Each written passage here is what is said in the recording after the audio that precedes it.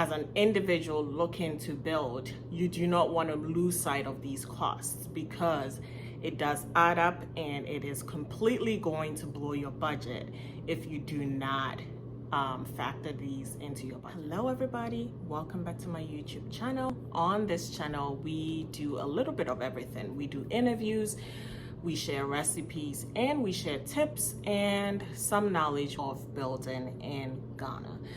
So today's episode is going to focus on, some of the indirect costs that you have to incur when you're building in Ghana. A lot of times when we think about cost, we zoom in on material cost, land cost, registration cost, and we don't really think of some of the indirect costs that we have to go through. So I'm going to walk through 5 of these costs today. If you have any additional questions, be sure to leave me comments in the comment section and I will be sure to address your questions. Now, what I do want you to know is I am not an expert. These are purely my opinions based on my experience of building so far. As an individual looking to build, you do not want to lose sight of these costs because it does add up and it is completely going to blow your budget if you do not factor these into your budget. So number 1, coordination cost.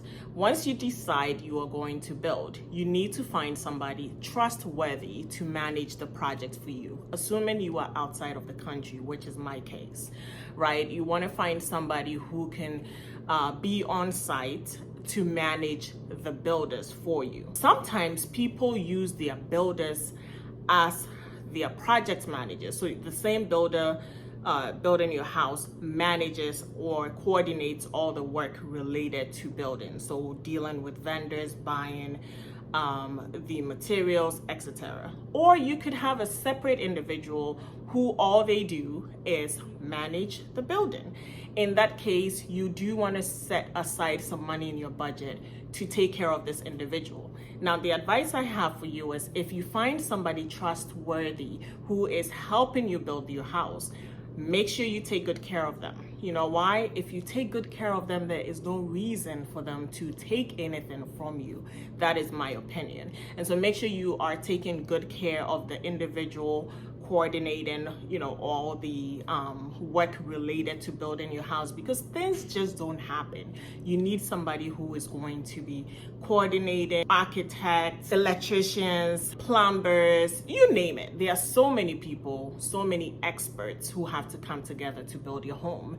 And so you want to make sure that whoever is doing this coordination, whether it's a family member, whether it is your builder who is also doing the job of a project manager, or if it is a friend, whoever you choose to coordinate the building of your home, make sure you take good care of them and make sure you put that in, okay?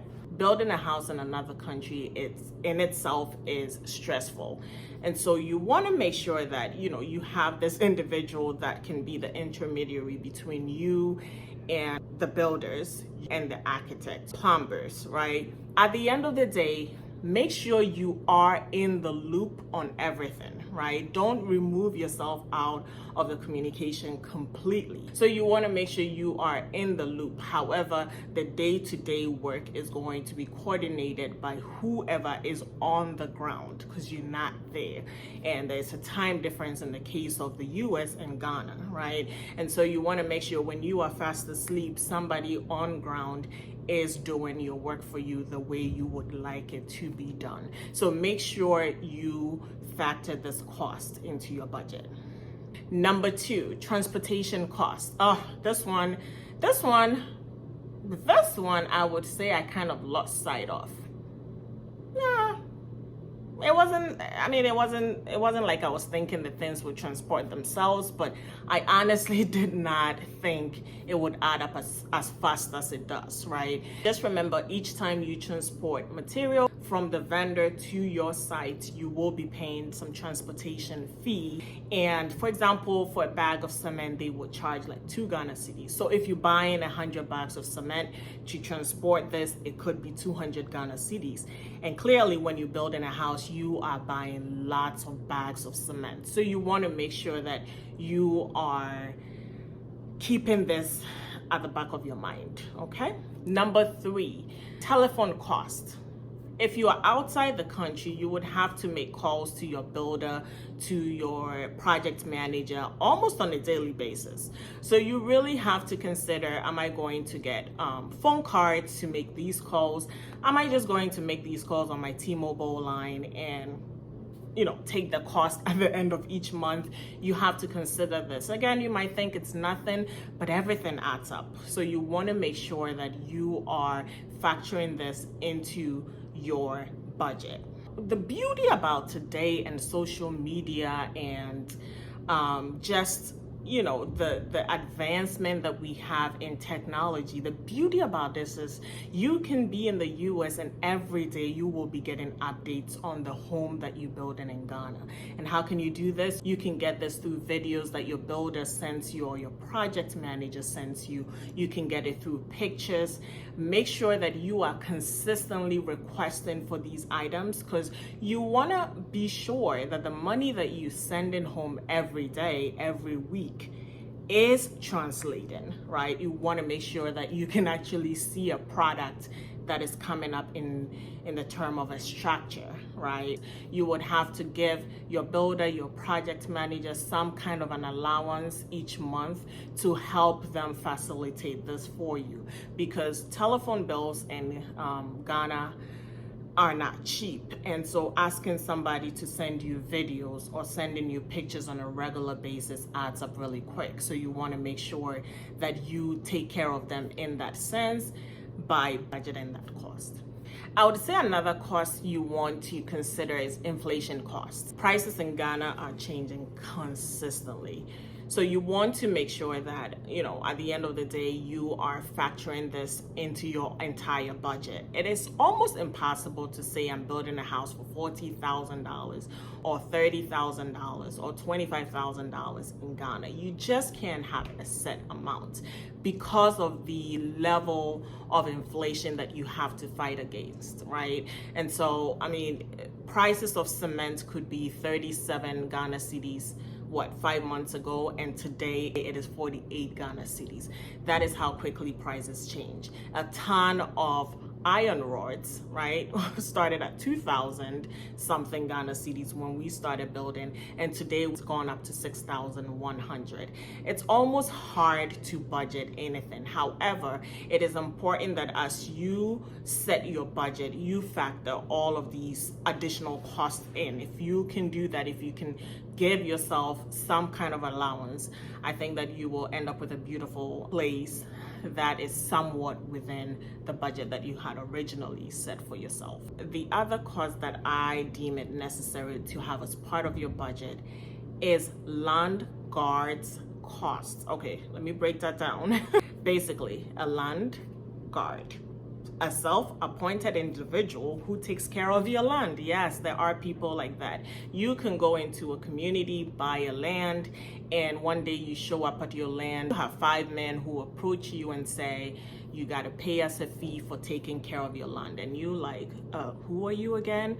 Yes, that is your land protector, a self-appointed individual who takes care of your land. Some of these people can get extremely physical if you refuse to pay them, and you don't want that to happen to you, especially if you are visiting your land by yourself and these people approach you. It would be wise to have some money on you, pay them, and thank them for taking care of your land in your absence. They will come and sometimes quote you some pretty ridiculous amounts. For example, in the case where you have like 10 plots in one area, right? They can literally charge you 200 Ghana cedis for each plot you have. And if you don't pay them, sometimes they can literally stop you from building. There are individuals who have started building and had their walls and foundation literally broken because they refused to pay the land guards. So make sure you have this budgeted for it, because some individuals will say, well, this is easy to get out of. Some land guards will not let you get off easily. You literally have to pay them. And so make sure, if you're not aware of this one, look into it. Make sure that you are aware of if there's a possibility these individuals will show up on your land, and if they do, just make sure you are prepared to have whatever conversation you need to have to get them settled. Okay, there's one more cost I want to hit on, which is transfer money fees or money transfer fees.